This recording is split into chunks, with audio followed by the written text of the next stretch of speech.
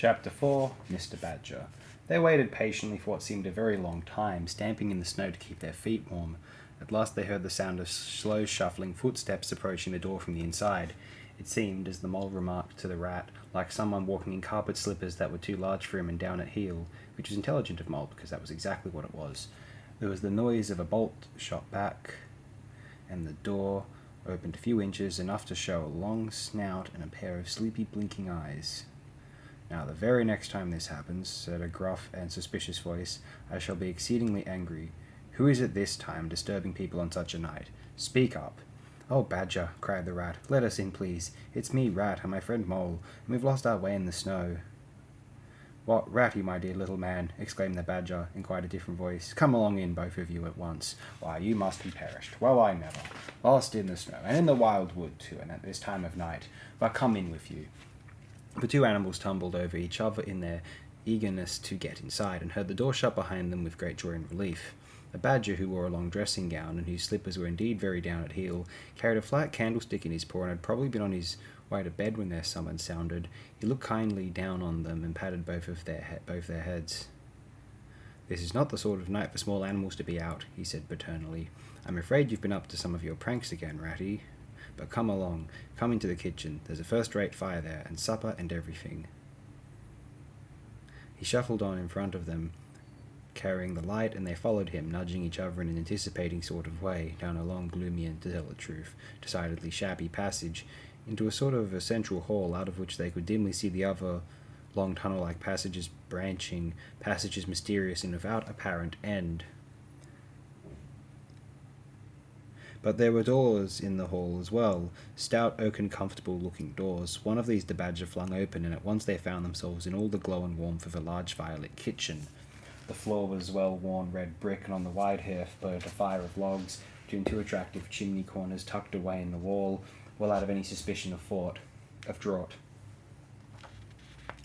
A couple of high-backed settles, facing each other on either side of the fire, gave further sitting accommodation for the sociably disposed. In the middle of the room stood a long table of plain boards placed on trestles, with benches down each side at one end of it, where an armchair stood pushed back, were spread the remains of the Badger's plain but ample supper.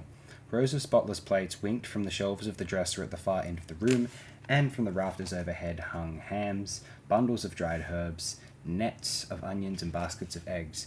It seemed a place where heroes could fitly feast after victory, where weary harvesters could line up in scores along the table and keep their harvest home with mirth and song, or where two or three friends of simple tastes could sit about as they pleased and eat and smoke and talk in comfort and contentment. The ruddy brick floor smiled up at the smoky ceiling, the oaken settles, shining with long wear, exchanged cheerful glances with each other, plates on the dresser grinned at pots on the shelf, and the merry firelight flickered and played over everything without distinction. The kindly Badger thrust them down on a settle to toast themselves at the fire, and bade them remove their wet coats and boots. Then he fetched them dressing gowns and slippers, and himself bathed the Mole's shin with warm water and mended the cut with sticking plaster till the whole thing was just as good as new, if not better. In the embracing light and warmth, warm and dry at last, with weary legs propped up in front of them, and a suggestive clink of plates being arranged on the table behind, it seemed to the storm-driven animals, now in safe anchorage, that the cold and trackless wild wood was just left outside was miles and miles away, and all that they had suffered in it a half-forgotten dream.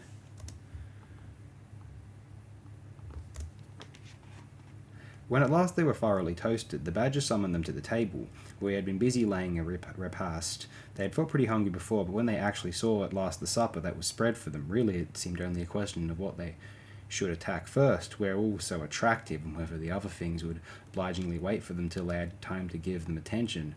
Conversation was impossible for a long time, and when it was slowly resumed, it was that regrettable sort of conversation that results from talking with your mouth full. The Badger did not mind that sort of thing at all, nor did he take any notice of elbows on the table, or everybody speaking at once. As he did not go into society himself, he had got an idea that these things belonged to the things that didn't really matter. We know, of course, that he was wrong, and took too narrow a view, because they do matter very much, though it would take too long to explain why. He sat in his armchair at the head of the table, and nodded gravely at intervals as the animals told their story, and he did not seem surprised or shocked at anything, and he never said, "I told you so," or "just what I always said," or remarked that they ought to have done so-and-so, or not to have done something else. The Mole began to feel very friendly towards him. When supper was really finished at last, and each animal felt that his skin was now as tight as was decently safe, and that by this time he didn't care a hang for anybody or anything, they gathered round the glowing embers of the great wood fire and thought how jolly it was to be sitting up so late and so independent and so full. And after they had chatted for a time about things in general, the Badger said heartily, "Now then, tell us the news from your part of the world. How's old Toad going on?" "Oh, from bad to worse," said the Rat gravely, while the Mole, cocked up on a settle and basking in the firelight, his heels higher than his head, tried to look properly mournful. "Another smash-up only last week, and a bad one. You see, he will insist on driving himself, and he's hopelessly incapable. If he'd only employ a decent, steady, well-trained animal, pay him good wages, and leave everything to him, he'd get on all right. But no, he's convinced he's a heaven-born driver, and nobody can teach him anything, and all the rest follows." "How many has he had?" inquired the Badger gloomily. "Smashes or machines?" asked the Rat. "Oh, well, after all, it's the same thing with Toad. This is the 7th. As for the others, you know that coach house of his? Well, it's piled up, literally piled up to the roof, with fragments of motor cars, none of them bigger than your hat. That accounts for the other 6, so far as they can be accounted for. He's been in hospital 3 times, put in the Mole, and as for the fines he's had to pay, it's simply awful to think of." "Yes, and that's part of the trouble," continued the Rat. "Toad's rich, we all know, but he's not a millionaire, and he's a hopelessly bad driver, and quite regardless of law and order. Killed or ruined, it's got to be one of the 2 things, sooner or later. Badger, where are his friends? Oughtn't we to do something?" The Badger went through a bit of hard thinking. "Now look here," he said at last, rather severely. "Of course you know I can't do anything now." His 2 friends assented, quite understanding his point. No animal, according to the rules of animal etiquette, is ever expected to do anything strenuous or heroic, or even moderately active during the off-season of winter.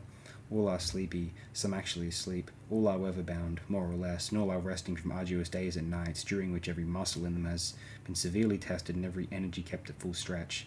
"Very well then," continued the Badger. "But when once the year has really turned and the nights are shorter, and halfway through them one rouses and feels fidgety and wanting to be up and doing by sunrise, if not before, you know." Both animals nodded gravely. They knew. "Well then," went on the Badger, "we, that is, you and me and our friend the Mole here, will take Toad seriously in hand. We'll stand no nonsense whatever. We'll bring him back to reason by force if need be. We'll make him be a sensible Toad. You're asleep, Rat."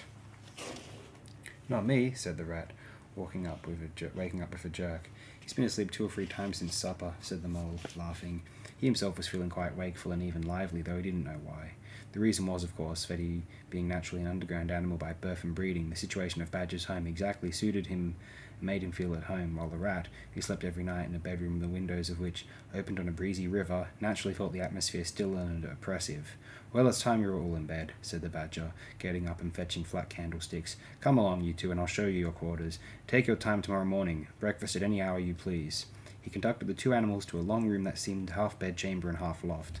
The Badger's winter stores, which indeed were visible everywhere, took up half the room, piles of apples, turnips, and potatoes, baskets full of nuts, and jars of honey, but the 2 little white beds on the remainder of the floor looked soft and inviting, and the linen on them, though coarse, was clean and smelt beautifully of lavender, and the Mole and the Water Rat, shaking off their garments in some 30 seconds, tumbled in between the sheets in great joy and contentment. In accordance with the kindly Badger's injunctions, the 2 tired animals came down to breakfast very late next morning, and found a bright fire burning in the kitchen, and 2 young hedgehogs sitting on a bench at the table, eating oatmeal porridge out of wooden bowls. The hedgehogs dropped their spoons, rose to their feet, and ducked their heads respectfully as the 2 entered. "There, sit down," said the Rat pleasantly, "and go on with your porridge. Where have you youngsters come from? Lost your way in the snow, I suppose?" "Yes, please, sir," said the elder of the 2 hedgehogs respectfully. "Me and little Billy here, we was trying to find our way to school. Mother would have us go, was the weather ever so, and of course we lost ourselves, sir, and Billy he got frightened and took and cried, being young and faint-hearted, and at last we happened up against Mr. Badger's back door, and made so bold as to knock, sir, for Mr. Badger, he's a kind-hearted gentleman, as everyone knows." "I understand," said the Rat, cutting himself from some rashers from a side of bacon, while the Mole dropped some eggs into a saucepan. "What's the weather like outside? You needn't stir me quite so much," he added. "Oh, terrible bad, sir, terrible deep the snow is," said the hedgehog. "No getting out for the likes of you gentlemen today." "Where's Mr. Badger?" inquired the Mole, as he warmed the coffee pot before the fire. "The master's gone into his study, sir," replied the hedgehog, "and he said as how he was going to be particular busy this morning, and on no account was he to be disturbed." This explanation, of course, was thoroughly understood by everyone present. The fact is already set forth when You have to live a life of intense activity for 6 months in the year and of comparative or actual somnolence for the other 6 during the latter period. You cannot be continually pleading sleepiness when there are people about or things to be done. The excuse gets monotonous. The animals well knew that Badger, having eaten a hearty breakfast, had retired to his study and settled himself in an armchair, with his legs up on another, and a red cotton handkerchief over his face, and was being busy in the usual way at this time of the year.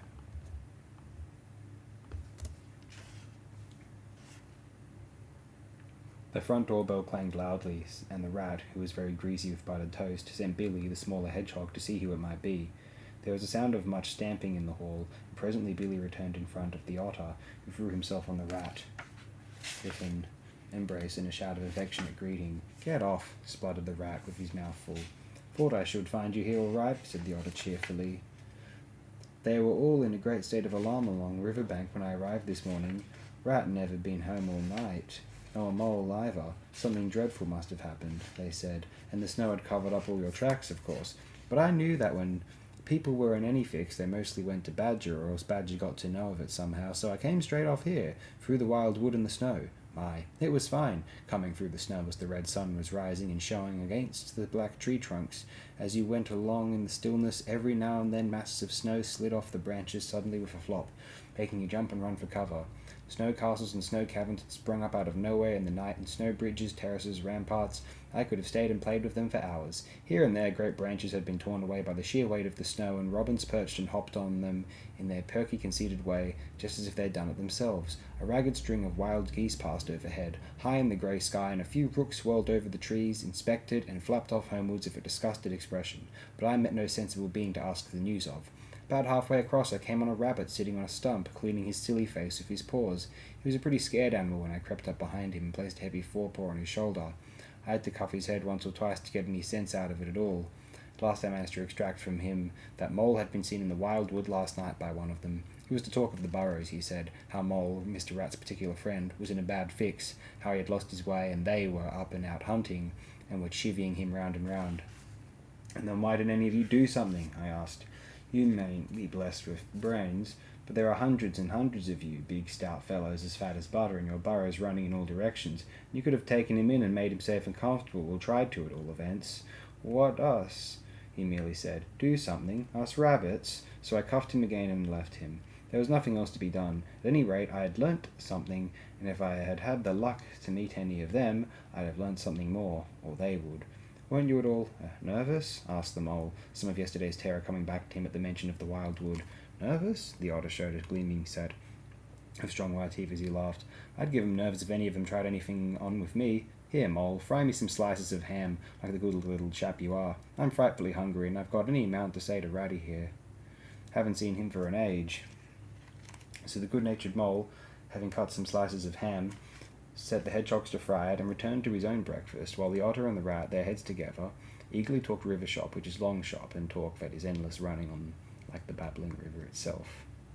A plate of fried ham had just been cleared and sent back for more when the Badger entered, yawning and rubbing his eyes, and greeted them all in his quiet, simple way, with kind inquiries for everyone. "Must be getting on for luncheon time," he remarked to the otter. "Better stop and have it with us. You must be hungry this cold morning." "Rather," replied the otter, winking at the Mole. "The sight of these greedy young hedgehogs stuffing themselves with fried ham makes me feel positively famished." The hedgehogs, who were just beginning to feel hungry again after their porridge, after working so hard at their frying, looked timidly up at Mr. Badger, but were too shy to say anything.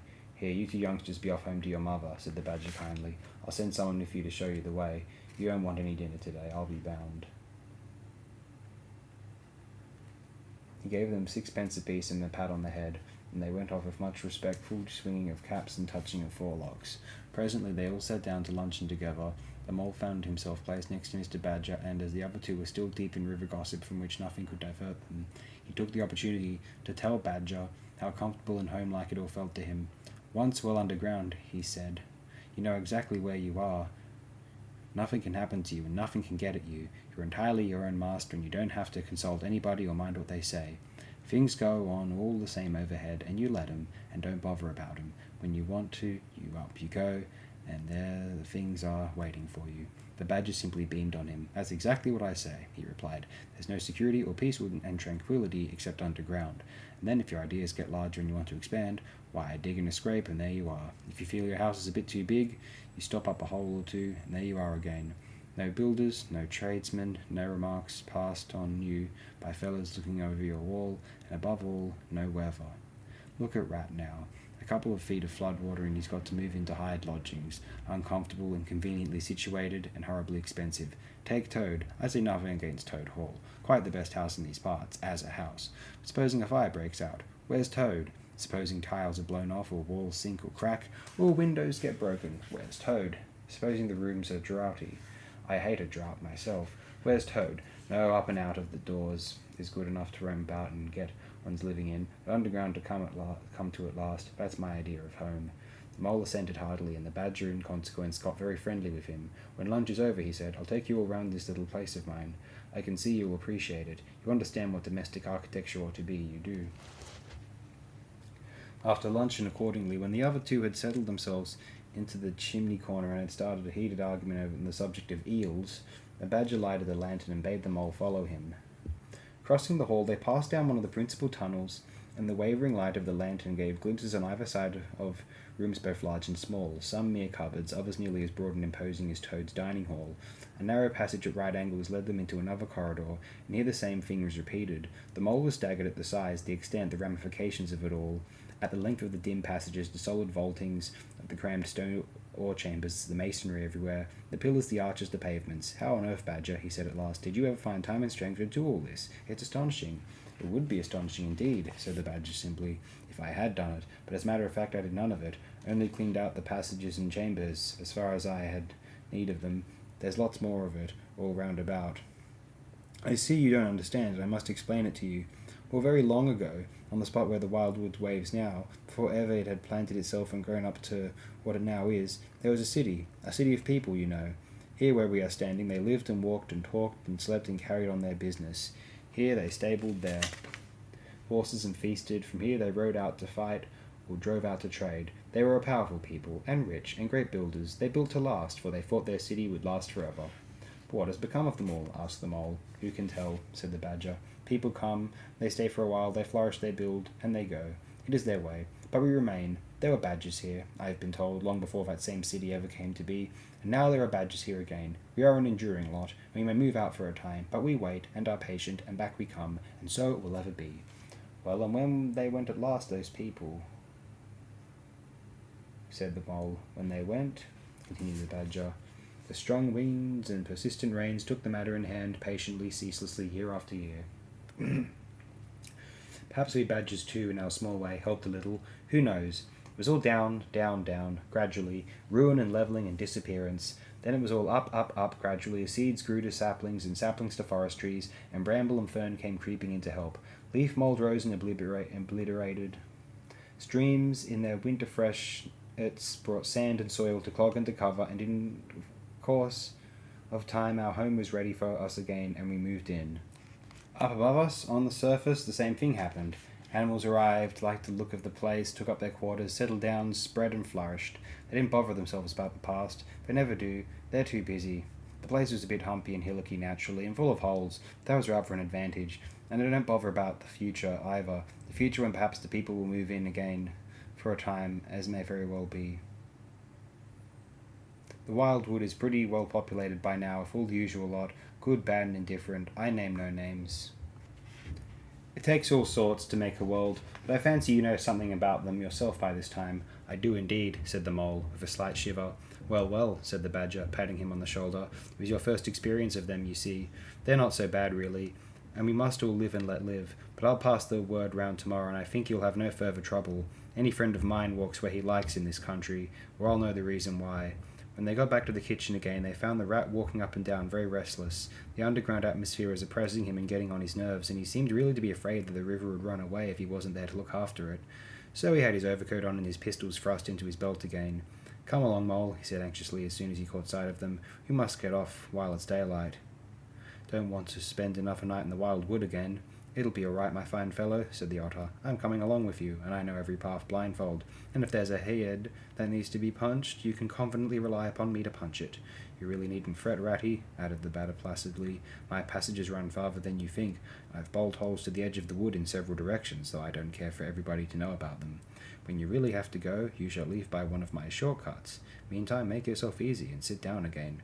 The Rat was nevertheless still anxious to be off and attend to his river, so the Badger, taking up his lantern again, led the way along a damp and airless tunnel that wound and dipped, part vaulted, part hewn through solid rock for a weary distance that seemed to be miles. At last daylight began to show itself confusedly through tangled growth, overhanging the mouth of the passage, and the Badger, bidding them a hasty goodbye, pushed them hurriedly through the opening, made everything look as natural as possible again with creepers, brushwood, and dead leaves, and retreated. They found themselves standing on the very edge of the wild wood, rocks and brambles and tree roots behind them confusedly heaped and tangled in front, a great space of quiet fields hemmed by lines of hedges black on the snow, and far ahead a glint of the familiar old river, while the wintry sun hung red and low on the horizon. The otter, as knowing all the paths, took charge of the party, and they trailed out on a bee-line for a distant stile. Pausing there a moment and looking back, they saw the whole mass of the wild wood, dense, menacing, compact, grimly set in vast white surroundings. Simultaneously they turned and made swiftly for home, for firelight and the familiar things it played on, for the voice sounding cheerily outside their window, of the river that they knew and trusted in all its moods, but never made them afraid of any amazement. As he hurried along, eagerly anticipating the moment when he would be at home again, among the things he knew and liked, the mole saw clearly that he was an animal of tilled field and hedgerow, linked to the ploughed furrow, the frequented pasture, the lane of evening lingerings, the cultivated garden plot. For others, the asperities, the stubborn endurance, or the clash of actual conflict that went with nature in the rough, he must be wise, must keep to the pleasant places in which his lines were laid, and which held adventure enough, in their way, to last for a lifetime. Chapter 5. Dulce Domum. The sheep ran huddling together against the hurdles, blowing out thin nostrils and stamping with delicate forefeet, their heads thrown back and a light steam rising from the crowded sheep pen into the frosty air, as the two animals hastened by in high spirits, with much chatter and laughter. They were returning across country after a long day's outing with Otter, hunting and exploring on the wide uplands where certain streams, tributary to their own river, had their first small beginnings, and the shades of the short winter day were closing in on them, and they had still some distance to go. Plodding at random across the plough, they had heard the sheep and had made for them, and now, leading from the sheep pen, they found a beaten track that made walking a lighter business, and responded moreover to that small inquiring something which all animals carry inside them, saying unmistakably, "Yes, quite right, this leads home."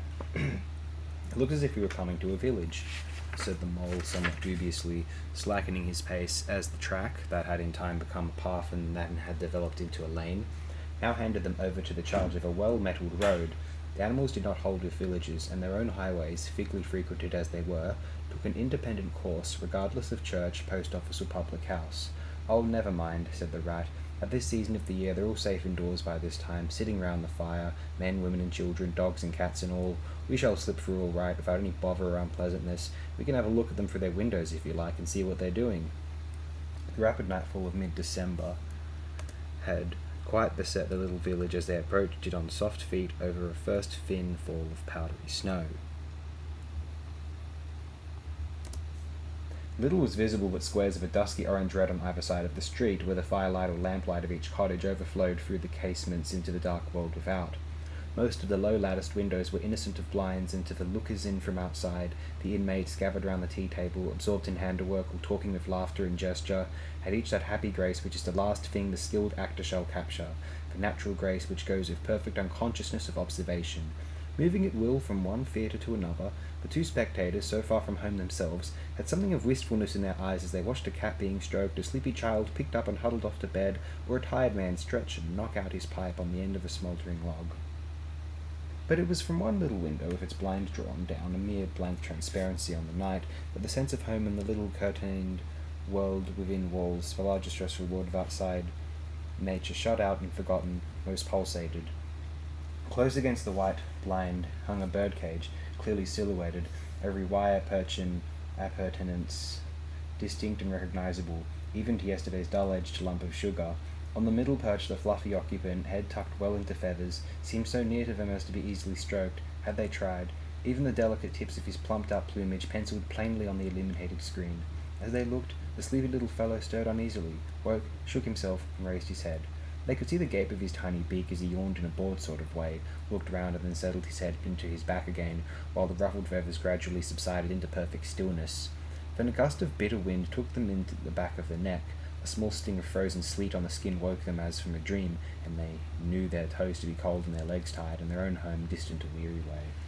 Once beyond the village, where the cottages ceased abruptly, on either side of the road they could smell through the darkness the friendly fields again, and they braced themselves for the last long stretch, the home stretch, the stretch that we know is bound to end, sometime, in the rattle of the door latch, the sudden firelight, and the sight of familiar things greeting us as long-absent travellers from far over sea. They plodded along steadily and silently, each of them thinking his own force. The moles ran a good deal on supper, as it was pitch dark, and it was all a strange country to him as far as he knew, and he was following obediently in the wake of the rat, leaving the guidance entirely to him. As for the rat, he was walking a little way ahead, as his habit was, his shoulders humped, his eyes fixed on the straight grey road in front of him, so he did not notice poor Mole when suddenly the summons reached him and took him like an electric shock. We others, who have long lost the more subtle of the physical senses, have not even proper terms to express an animal's intercommunications of his surroundings, living or otherwise, and have only the word smell, for instance, to include the whole range of delicate frills which murmur in the nose of the animal night and day, summoning, warning, inciting, repelling. It was one of these mysterious fairy calls from out the void that suddenly reached Mole in the darkness, making him tingle through and through with its very familiar appeal, even while as yet he could not clearly remember what it was. He stopped dead in his tracks, his nose searching hither and thither, in its efforts to recapture the fine filament for telegraphic current that had so strongly moved him. A moment, and he had caught it again, and with it this time came recollection in fullest flood. Home! That was what they meant. Those caressing appeals, those soft touches wafted through the air, those invisible little hands pulling and tugging all one way. Why, it must be quite close by him at that moment, his old home that he had hurriedly forsaken and never sought again, that day when he first found the river. Now it was sending out its scouts and its messengers to capture him and bring him in. Since his escape on that bright morning he had hardly given it a thought, so absorbed he had been in his new life, in all its pleasures, its surprises, its fresh and captivating experiences. Now with a rush of old memories how clearly it stood up before him in the darkness, shabby, indeed, and small and poorly furnished, and yet his, the home he had made for himself, the home he had been so happy to get back to after his day's work. And the home had been happy with him too, evidently, and was missing him, and wanted him back, and was telling him so through his nose, sorrowfully, reproachfully, but with no bitterness or anger, only with plaintive reminder that it was there, and wanted him. The call was clear, the summons was plain, he must obey it instantly and go. "Ratty," he called, full of joyful excitement. "Hold on. Come back. I want you. Quick." "Oh, come along, Mole, do," replied the rat cheerfully, still plodding along. "Please, Ratty," pleaded the poor Mole in anguish of heart. "You don't understand. It's my home, my old home. I've just come across the smell of it, and it's close by here, really quite close, and I must go to it. I must. Oh, come back, Ratty, please come back. Please come back." The rat was by this time very far ahead, too far to hear clearly what the Mole was calling, too far to catch the sharp note of painful appeal in his voice, and he was much taken up with the weather, for he too could smell something suspiciously like approaching snow. "Mole, we mustn't stop now, really," he called back. "We'll come for it tomorrow, whatever it is you found. But I daren't stop now. It's late and the snow's coming on again, and I'm not sure of the way. And I want your nose, Mole, so come on quick. There's a good fellow." And the rat pressed forward on his way without waiting for an answer. Poor Mole stood alone in the road, his heart torn asunder, and a big sob gathering somewhere low down inside him, to leap up to the surface presently, he knew, in passionate escape. But even under such a test as this, his loyalty to a friend stood firm. Never for a moment did he dream of abandoning him. Meanwhile the wafts from his old home pleaded, whispered, conjured, and finally claimed him imperiously. He dared not tarry longer within their magic circle. With a wrench that tore his very heartstrings, he set his face down the road and followed submissively in the track of the rat, while faint, thin little Smell, still docking his retreating nose, reproached him for his new friendship and his callous forgetfulness. With an effort he caught up to the unsuspecting rat, who began chattering cheerfully about what they would do when they got back, and how jolly a fire of logs in the parlour would be, and what a supper he meant to eat, never noticing his companion's silence and distressful state of mind. At last, however, when they had gone some considerable way further, and were passing some tree stumps at the edge of a copse that bordered the road, he stopped and said kindly, "Look here, Mole, old chap, you seem dead tired. No talk left in you, and your feet dragging like lead. We'll sit down here for a minute and rest. The snow has held off so far, and the best part of our journey is over." The Mole subsided forlornly on a tree stump, and tried to control himself. for he felt it surely coming. The sob he had fought with for so long had refused to be beaten. Up and up it forced its way to the air, and then another, and another, and others thick and fast, till poor Mole at last gave up the struggle and cried freely and helplessly and openly, now that he knew it was all over, and he had lost what he could hardly be said to have found. The rat, astonished and dismayed at the violence of Mole's paroxysm of grief, did not dare to speak for a while. At last he said very quietly and sympathetically, "What is it, old fellow? Whatever can be the matter? Tell us your trouble, and let me see what I can do." Poor Mole found it difficult to get any words out between the upheavals of his chest, that followed one up on another so quickly, and held back speech and choked it as it came. "I know it's a shabby, dingy little place," he sobbed forth at last, brokenly, "not like your cosy quarters, or Toad's beautiful hall, or Badger's great house, but it was my own little home, and I was fond of it, and I went away and forgot all about it, and then I smelt it suddenly on the road when I called and you wouldn't listen, Rat, and everything came back to me with a rush, and I wanted it, oh dear, and when you wouldn't turn back, Ratty, and I had to leave it, though I was smelling it all the time, I thought my heart would break. We might have just gone and had one look at it, Ratty, only one look. It was close by, but you wouldn't turn back, Ratty, you wouldn't turn back, oh dear, oh dear."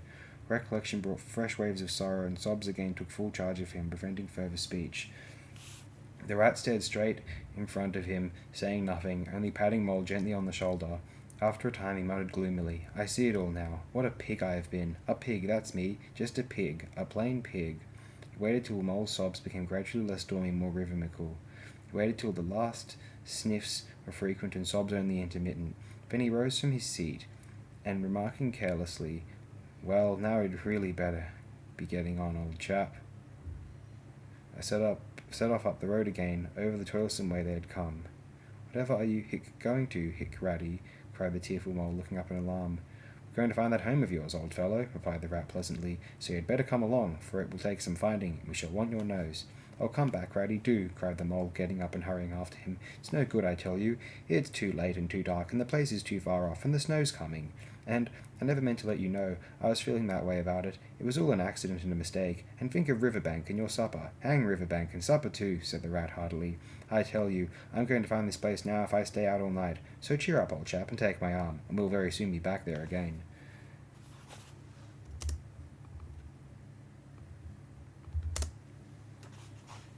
Still snuffling, pleading, and reluctant, Mole suffered himself to be dragged back along the road by his imperious companion, who, by a flow of cheerful talk and anecdote, endeavoured to beguile his spirits back and make the weary way seem shorter. When at last it seemed to the rat that they must be nearing that part of the road where the Mole had been held up, he said, "Now, no more talking. Business. Use your nose and give your mind to it."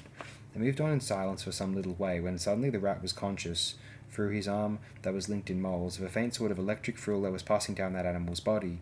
Instantly he disengaged himself, fell back a pace, and waited, all attention. The signals were coming through.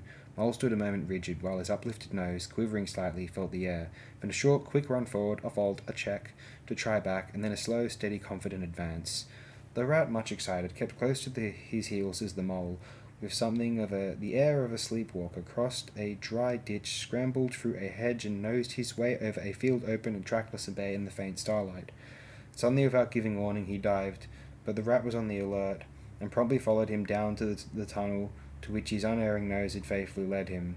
It was close and airless, and the earthy smell was strong, and it seemed a long time to Rat ere the passage ended, and he could stand erect and stretch and shake himself. The Mole struck a match, and by its light the rat saw that they were standing in an open space, neatly swept and sanded underfoot, and directly facing them was Mole's little front door, with Mole End painted in Gothic lettering over the bell pull at the side. Mole reached down a lantern from a nail on the wall and lit it, and the rat, looking round him, saw that they were in a sort of forecourt. A garden seat stood on one side of the door, and on the other a roller, for the Mole, who was a tidy animal when at home, could not stand having his ground kicked up by other animals into little runs that ended in earth heaps. On the walls hung wire baskets with ferns in them, alternating with brackets carrying plaster statuary, Garibaldi and the infant Samuel, and Queen Victoria, and other heroes of modern Italy. Down one side of the forecourt ran a skittle alley, with benches along it and little wooden tables marked with rings that hinted at beer mugs. In the middle was a small round pond containing goldfish and surrounded by a cockle-shell border. Out of the centre of the pond rose a fanciful erection clothed in more cockle shells and topped by a large silvered glass ball that reflected everything all wrong and a very pleasing effect. Mole's face beamed at the sight of all these objects so dear to him, and he hurried Rat through the door, lit a lamp in the hall, and took one glance round his old home. He saw the dust-lying thick on everything, saw the cheerless, deserted look of the long-neglected house, and its narrow, meagre dimensions, its worn and shabby contents, and collapsed again in a hall chair, his nose in his paws. "Oh, Ratty," he cried dismally, "whatever did I do it? Why ever did I do it? Why did I bring you to this poor cold little place on a night like this, when you might have been at Riverbank by this time, toasting your toes before a blazing fire, full of your own nice things about you?" The Rat paid no heed to his doleful self-reproaches. He was running here and there, opening doors, inspecting rooms and cupboards, and lighting lamps and candles, and sticking them up everywhere. "What a capital little house this is," he called out cheerily. "So compact, so well planned. Everything here and everything in its place. We'll make a jolly night of it. The first thing we want is a good fire. I'll see to that. I always know where to find things. So this is the parlour? Splendid. Your own idea of those little sleeping bunks in the wall? Capital. Now I'll fetch the wood and the coals, and you get a duster, Mole. You'll find one in the drawer of the kitchen table, and try and smarten things up a bit. Bustle about, old chap." Encouraged by his inspiriting companion, the Mole roused himself and dusted and polished with energy and heartiness, while the Rat, running to and fro with armfuls of fuel, soon had a cheerful blaze roaring up the chimney. He hailed the Mole to come and warm himself, but Mole promptly had another fit of the blues, dropping down on a couch in dark despair and burying his face in his duster. "Rat," he moaned, "how about your supper, you poor cold, hungry, weary animal? I have nothing to give you. Nothing, not a crumb." "What a fellow you are for giving in," said the Rat reproachfully. "Why, only just now I saw a sardine opener on the kitchen dresser quite distinctly, and everybody knows that means there are sardines about somewhere in the neighbourhood. Rouse yourself, pull yourself together, and come with me and forage." They went and foraged accordingly, hunting through every cupboard and turning out every drawer. The result was not so very depressing after all, though of course it might have been better. A tin of sardines, a box of Captain's biscuits nearly full, and a German sausage encased in silver paper. "There's a banquet for you," observed the Rat, as he arranged the table. "I know some animals who would give their ears to be sitting down to supper with us tonight." "No bread," groaned the Mole dolorously. "No butter, no pâte de foie gras, no champagne," continued the Rat, grinning. "And that reminds me, what's that little door at the end of the passage?" "Your cellar, of course. Every luxury in this house. Just you wait a minute." He made for the cellar door, and presently reappeared, somewhat dusty, with a bottle of beer in each paw and another under each arm. "Self-indulgent beggar you seem to be, Mole," he observed. "Deny yourself nothing. This is really the jolliest little place I ever was in. Now, wherever did you pick up those prints? Make the place look so home-like they do. No wonder you're so fond of it, Mole. Tell us all about it, and how you came to make it what it is."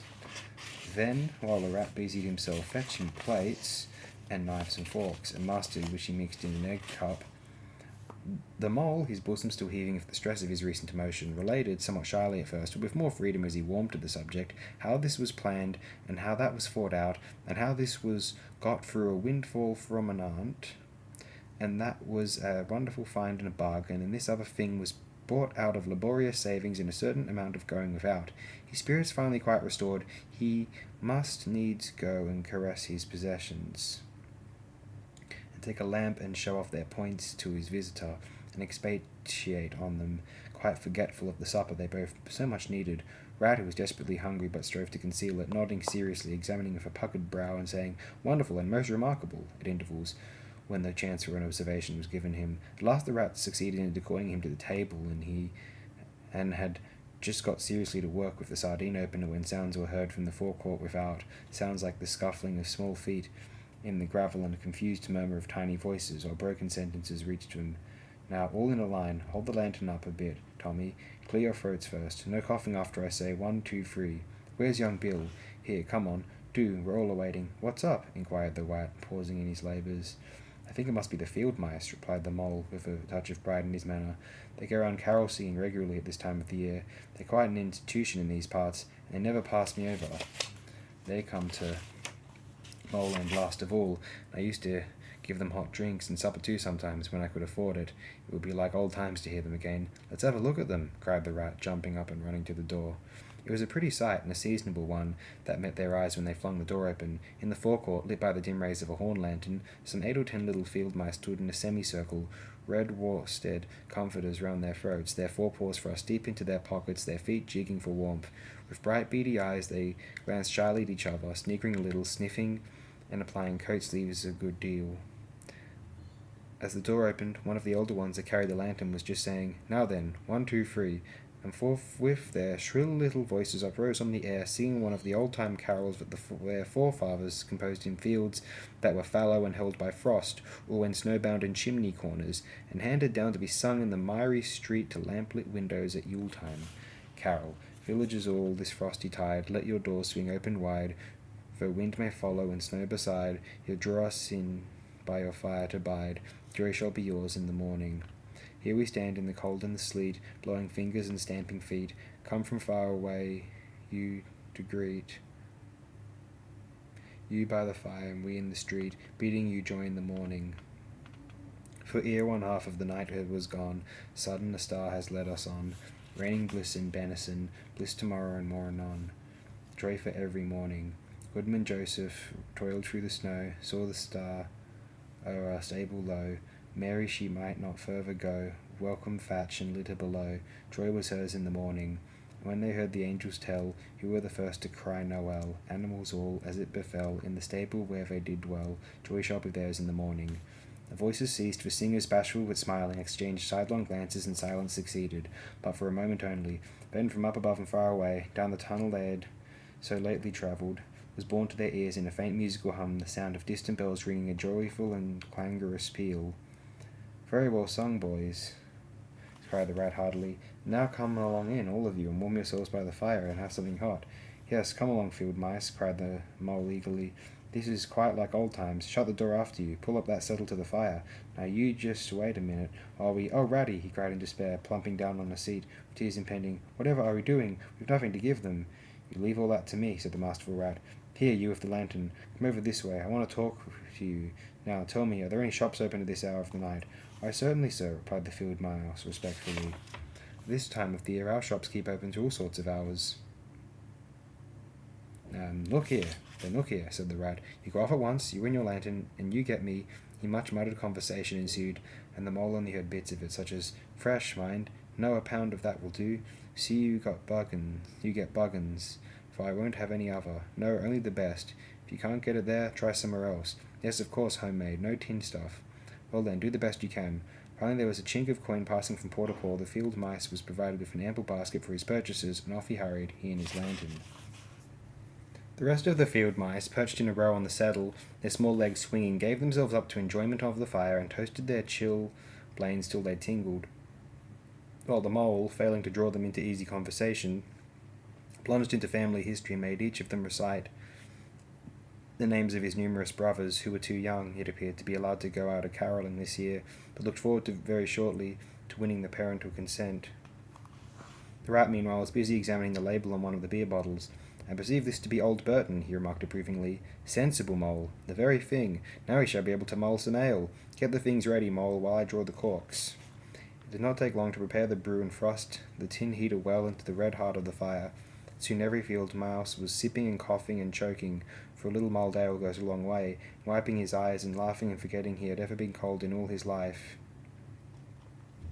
"They act plays too, these fellows," the mole explained to the rat.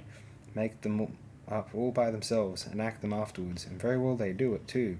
They gave us a capital one last year, about a field mouse who was captured at sea by a Barbary corsair, and made to row in a galley, and when he escaped and got home again, his lady love had gone into a convent. Here, you were in it, I remember. Get up and recite a bit." The field mouse addressed got up on his legs, giggled shyly, looked round the room, and remained absolutely tongue-tied. His comrades cheered him on, Mole coaxed and encouraged him, and the rat went so far as to take him by the shoulders and shake him, but nothing could overcome his stage fright. They were all busily engaged on him like watermen, applying the Royal Humane Society's regulations to a case of long submersion, when the latch clicked, the door opened, and the field mouse with the lantern reappeared, staggering under the weight of his basket.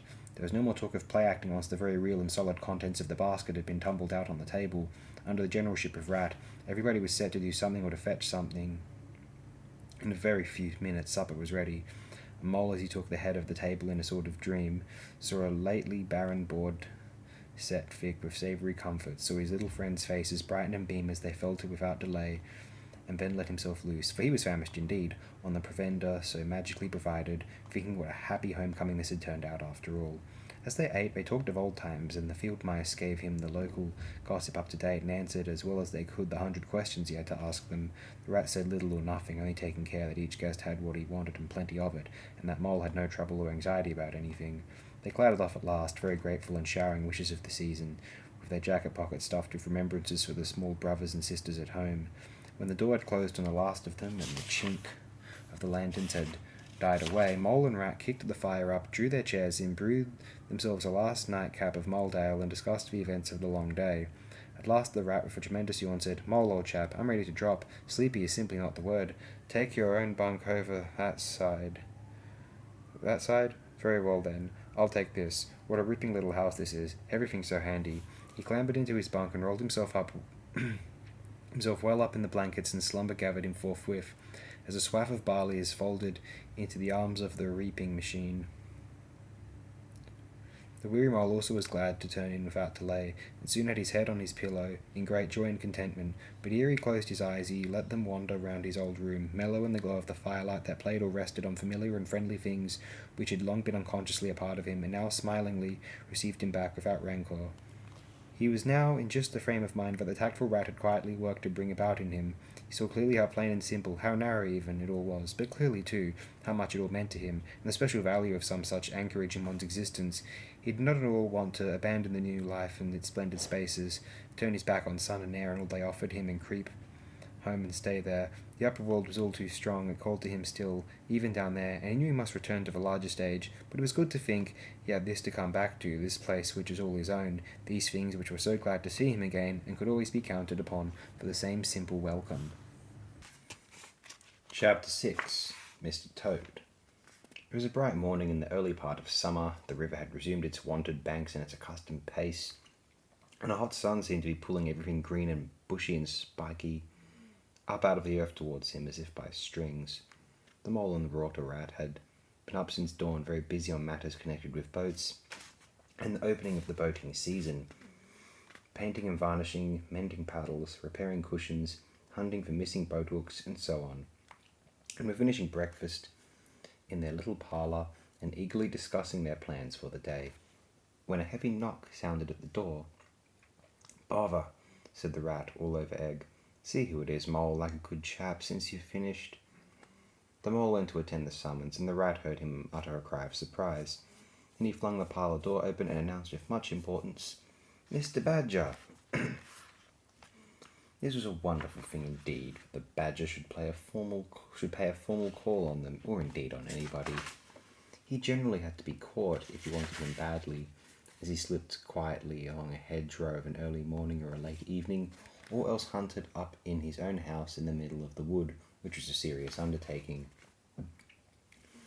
The Badger strode heavily into the room, and stood looking at the two animals with an expression full of seriousness. The Rat laid his egg spoonful on the tablecloth and sat open-mouthed. "The hour has come," said the Badger at last with great solemnity. "What hour?" asked the Rat uneasily, glancing at the clock on the mantelpiece.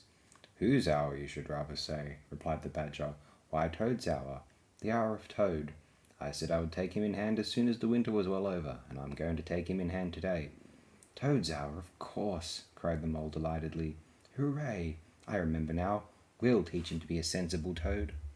"This very morning," continued the Badger, taking an armchair, "as I learnt last night from a trustworthy source, another new and exceptionally powerful motor car will arrive at Toad Hall on approval or return. At this very moment, perhaps, Toad is busily arraying himself in those singularly hideous habiliments so dear to him, which transform him from a comparatively good-looking Toad into an object which throws any decent-minded animal that comes across it into a violent fit. We must be up and doing ere it is too late. You two animals will accompany me instantly to Toad Hall, and the work of rescue shall be accomplished." "Right you are," cried the Rat, starting up. "We'll rescue the poor unhappy animal. We'll convert him. He'll be the most converted Toad that ever was before we've done with him." They set off up the road on their mission of mercy, Badger leading the way. Animals, when in company, walk in a proper and sensible manner, in single file, instead of sprawling all across the road and being of no use, or support to each other in case of sudden trouble or danger. They reached a carriage drive of Toad Hall to find, as the Badger had anticipated, a shiny new motor car of great size, painted a bright red, Toad's favourite colour, standing in front of the house. As they neared the door, it was flung open, and Mr. Toad, raiding goggles, cap, gaiters, and enormous overcoat, came swaggering down the steps, drawing on his gauntleted gloves. "Hullo! Come on, you fellows!" he cried cheerfully on catching sight of them. "You're just in time to come with me for a jolly, His hearty accents faltered and fell away as he noticed the stern, unbending look on the countenances of his silent friends, and his invitation remained unfinished. The Badger strode up the steps. "Take him inside," he said sternly to his companions. Then as Toad was hustled through the door, struggling and protesting, he turned to the chauffeur in charge of the new motor car. "I'm afraid you won't be wanted today," he said. "Mr. Toad has changed his mind. He will not require the car. Please understand that this is final. You needn't wait." Then he followed the others inside and shut the door. "Now then," he said to the Toad, when the four of them stood together in the hall, "first of all, take those ridiculous things off." "Shan't," replied Toad, with great spirit. "What is the meaning of this gross outrage? I demand an instant explanation." "Take them off him, then, you two," ordered the Badger briefly. They had to lay Toad out on the floor, kicking and calling all sorts of names, before they could get to work properly. Then the rats sat on him, and the mole got his motor clothes off him bit by bit, and they stood him up on his legs again. A good deal of his blustering spirit seemed to have evaporated with the removal of his fine panoply. Now that he was merely Toad, and no longer the terror of the highway, he giggled feebly and looked from one to the other appealingly, seeming quite to understand the situation. "You knew it must come to this sooner or later, Toad," the Badger explained severely. "You've disregarded all the warnings we've given you. You've gone on squandering the money your father left you, and you're getting us animals a bad name in the district by your furious driving and your smashes and your rows of the police. Independence is all very well, but we animals never allow our friends to make fools of themselves beyond a certain limit, and that limit you've reached. Now you're a good fellow in many respects, and I don't want to be too hard on you. I'll make one more effort to bring you to reason. You will come with me into the smoking room, and there you will hear some facts about yourself, and we'll see whether you come out of that room the same Toad that you went in." He took Toad firmly by the arm, led him into the smoking room, and closed the door behind them. "That's no good," said the rat contemptuously. "Talking to Toad will never cure him. He'll say anything."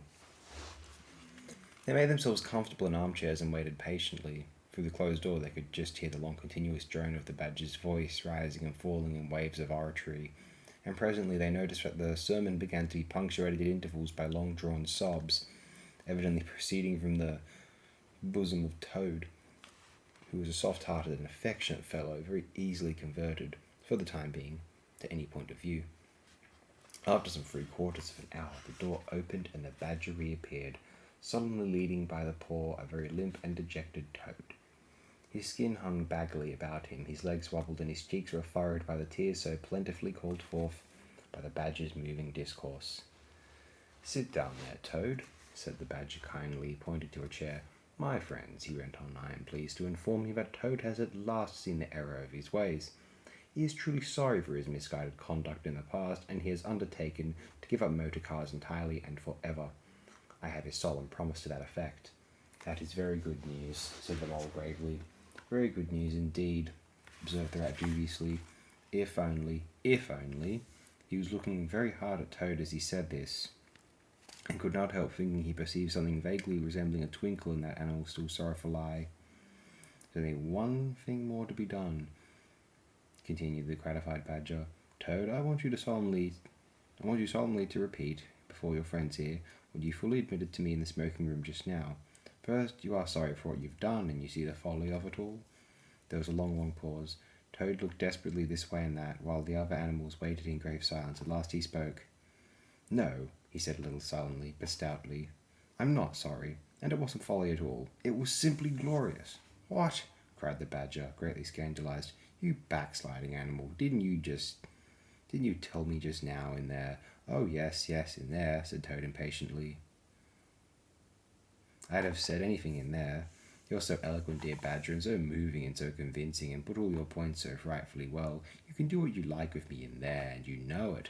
But I've been searching my mind since and going over things in it, and I find that I'm not a bit sorry or repentant, really, so it's no earthly good saying I am, now is it? Then you don't promise, said the Badger, never to touch a motor car again. Certainly not, replied Toad emphatically. On the contrary, I faithfully promise that the very first motor car I see, poop, poop, off I go in it. Told you so, didn't I? Observed the Rat to the Mole. Very well then, said the Badger firmly, rising to his feet. Since you won't yield to persuasion, we'll try what force can do. I feared it would come to this all along. You've often asked us three to come and stay with you, Toad, in this handsome house of yours. Well, now we're going to. When we've converted you to a proper point of view, we may quit, but not before. Take him upstairs, you two, and lock him in the bedroom, while we arrange matters between ourselves. It's for your own good, Toady, you know, said the Rat kindly, as Toad, kicking and struggling, was hauled up the stairs by his two faithful friends. Think what fun we shall all have together, just as we used to, when you've quite got over this painful attack of yours. We'll take great care of everything for you till you're well, Toad, said the Mole, and we'll see your money isn't wasted, as it has been. No more of those regrettable incidents with the police, Toad, said the Rat, as they thrust him into his bedroom. No more weeks in hospital, being ordered about by female nurses, Toad, added the Mole, turning the key on him. They descended the stair, Toad shouting abuse at them through the keyhole, and the three friends then met in conference on the situation. It's going to be a tedious business, said the Badger, sighing. I've never seen Toad so determined. However, we will see it out. He must never be left an instant unguarded. We shall have to take it in turns to be with him, till the poison has worked itself out of his system. They arranged watches accordingly. Each animal took it in turns to sleep in Toad's room at night, and they divided the day up between them. At first Toad was undoubtedly very trying to his careful guardians. When his violent paroxysms possessed him, he would arrange bedroom chairs in rude resemblance of a motor car and would crouch on the foremost of them, bent forward and staring fixedly ahead, making uncouth and ghastly noises, till the climax was reached, when, turning a complete somersault, he would lie prostrated amidst the ruins of the chairs, apparently completely satisfied for the moment. As time passed, however, these painful seizures grew gradually less frequent, and his friends strove to divert his mind into fresh channels. But his interest in other matters did not seem to revive, and he grew apparently languid and depressed. One fine morning, the Rat, whose turn it was to go on duty, went upstairs to relieve Badger, whom he found fidgeting to be off and stretch his legs in a long ramble round his wood, down his earthsome burrows.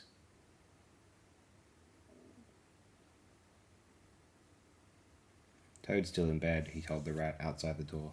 Can't get much out of him except, oh, leave him alone. He wants nothing. Perhaps he'll be better presently.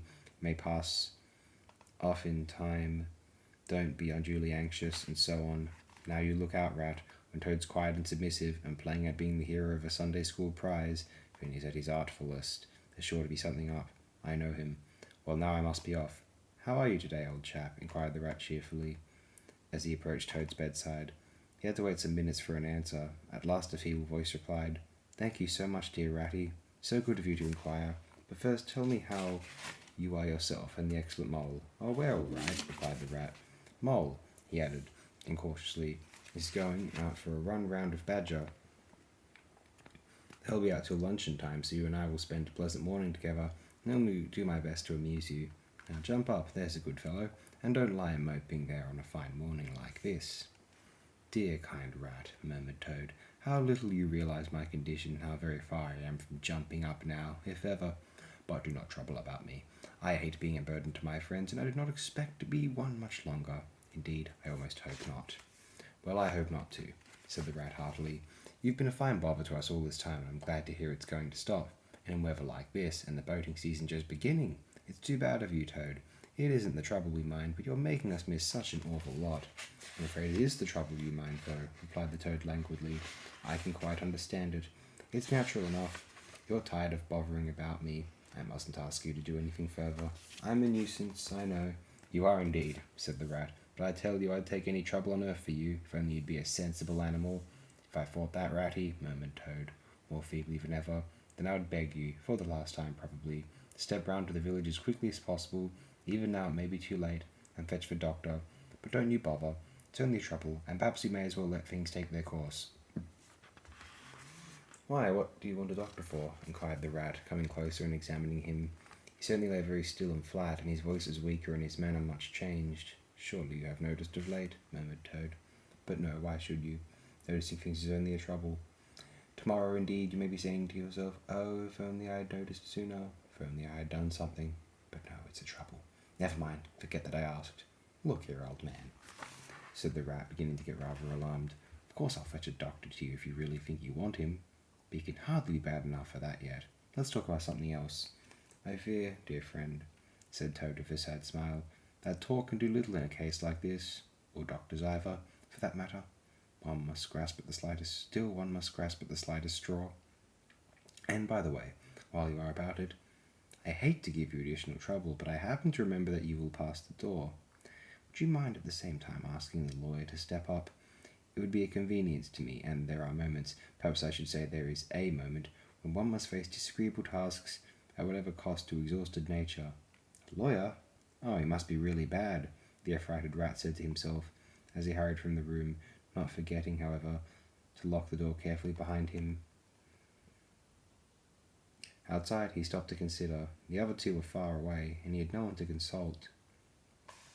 "It's best to be on the safe side," he said, on reflection. "I've known Toad fancy himself frightfully bad before, without the slightest reason, but I've never heard him ask for a lawyer. There's nothing really the matter. The doctor will tell him he's an old ass and cheer him up, and that will be something gained. I'd better humour him and go. It won't take very long." So he ran off to the village on his errand of mercy. For Toad, who had hopped lightly out of bed as soon as he heard the key turned in the lock, watched him eagerly from the window till he disappeared down the carriage drive. Then, laughing heartily, he dressed as quickly as possible in the smartest suit he could lay hands on at the moment, filled his pockets of cash, which he took from a small drawer in the dressing table, and next, knotting the sheets from his bed together and tying one end of the improvised rope round the central mullion of the handsome Tudor window which formed such a feature of his bedroom, he scrambled out, slid lightly to the ground, and, taking the opposite direction to the rat, marched off light-heartedly, whistling a merry tune.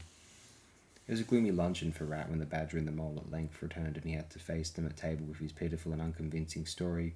The Badger's caustic, not to say brutal, remarks may be imagined, and therefore passed over, but it was painful to the Rat that even the Mole, though he took his friend's side as far as possible, could not help saying, "You've been a bit of a duffer this time, Ratty. Toad, too, of all animals." "He did it awfully well," said the crestfallen Rat. "He did you awfully well," rejoined the Badger hotly. "However, talking won't mend matters. He's got clear away for the time, that's certain, and the worst of it is, he'll be so conceited of what he'll think is his cleverness that he may commit any folly. One comfort is, we're free now, and we needn't waste any more of our precious time doing sentry go. But we'd better continue to sleep at Toad Hall for a while longer. Toad may be brought back at any moment on a stretcher or between two policemen." So spoke the Badger, not knowing what the future held in store, or how much water, and of how turbid a character was to run under bridges before Toad should sit at ease again in his ancestral hall.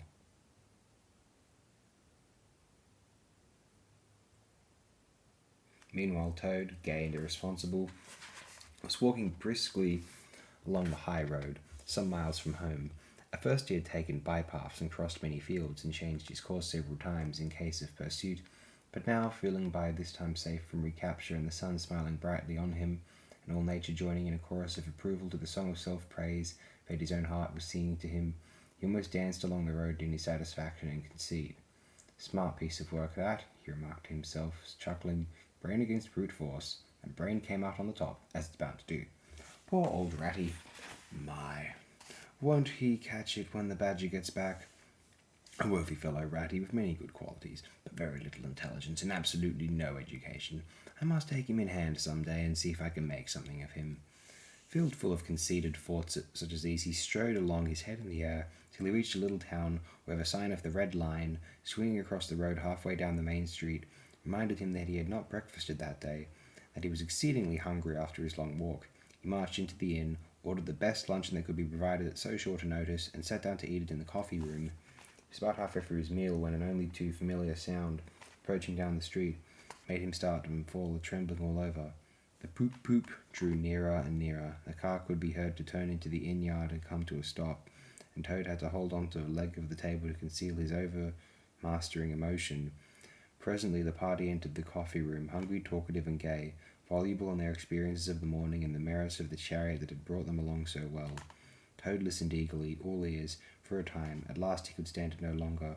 He slipped out of the room quietly, paid his bill at the bar, and as soon as he got outside, sauntered round quietly to the inn-yard. There cannot be any harm, he said to himself, in my only just looking at it.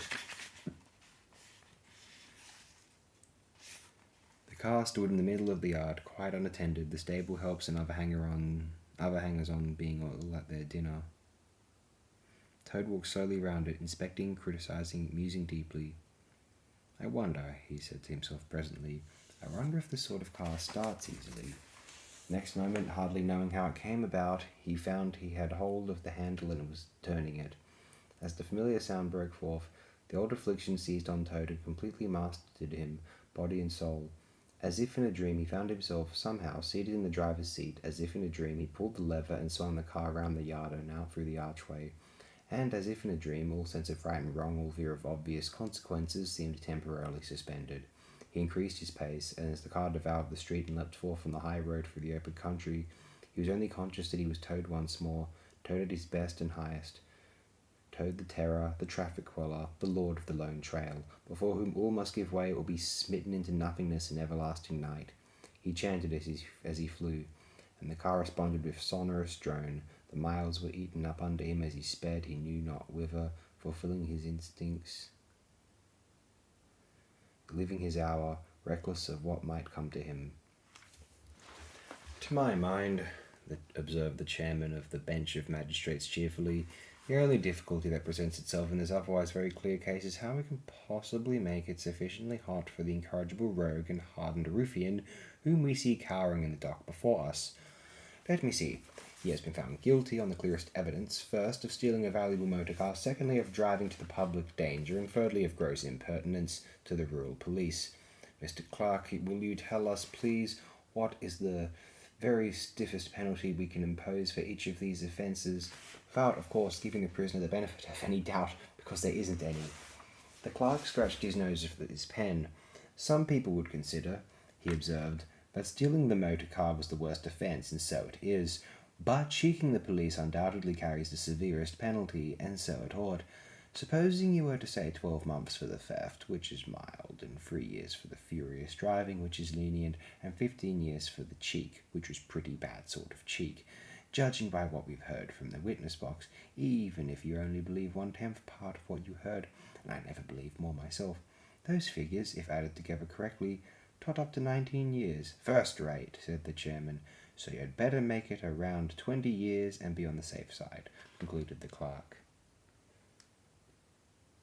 An excellent suggestion, said the chairman approvingly. Prisoner, pull yourself together and try and stand up straight. It's going to be 20 years for you this time, and mind, if you appear before us again upon any charge whatever, we shall have to deal with you very seriously. Then the brutal minions of the law fell upon the hapless Toad, loaded him with chains, and dragged him from the courthouse, shrieking, praying, protesting, across the marketplace, where the playful populace, always as severe upon detected crime as they are sympathetic and helpful when one is merely wanted, assailed him with jeers, carrots, and popular catchwords, past hooting school children, their innocent faces lit up with the pleasure they ever derived from the sight of a gentleman in difficulties, across the hollow-sounding drawbridge, below the spiky portcullis, under the frowning archway of the grim old castle, whose ancient towers soared high overhead, past guard-rooms full of grinning soldiery off duty, past sentries who coughed in a horrid, sarcastic way, because that is as much as a sentry at his post dared, because there is as much as a sentry at his post dared do to show his contempt and abhorrence of crime, up time-worn winding stairs, past men-at-arms in casquette and corselet of steel, darting threatening looks through their vizards, across courtyards whose mastiffs strained at their leash and pawed the air to get at him, past ancient warders, their halberds leant against the wall, dozing over a pasty and a flagon of brown ale, on, past the rack chamber in the thumbscrew room, past the turning that led to the private scaffold, till they reached the door of the grimmest dungeon that lay in the heart of the innermost keep. There, at last, they paused, where an ancient jailer sat fingering a bunch of mighty keys. "Oddsbodikins," said the sergeant of police, taking off his helmet and wiping his forehead. "Rouse thee, old loon, and take over from us this vile toad, a criminal of deepest guilt and matchless artfulness and resource.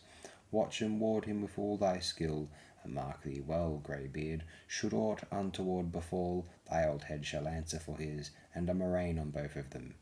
The jailer nodded grimly, laying his withered hand on the shoulder of the miserable Toad. The rusty key creaked in the lock, the great door clanged behind them, and Toad was a helpless prisoner in the remotest dungeon of the best guarded keep of the stoutest castle in all the length and breadth of merry England.